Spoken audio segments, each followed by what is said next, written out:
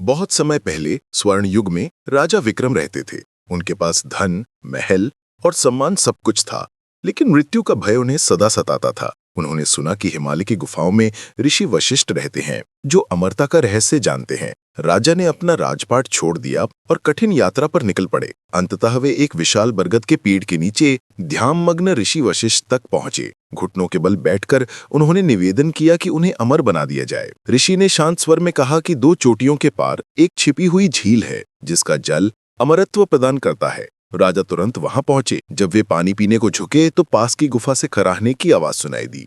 गुफा में एक बूढ़ा व्यक्ति पीड़ा से तड़प रहा था। उसने बताया कि उसने वही जल पिया था और 100 वर्षों से मृत्यु की भीख मांग रहा है, जो उसे मिलती ही नहीं। ये सुनकर राजा भयभीत हुए और वापस ऋषि के पास लौट आए। ऋषि ने मुस्कुराते हुए कहा कि एक और उपाय है।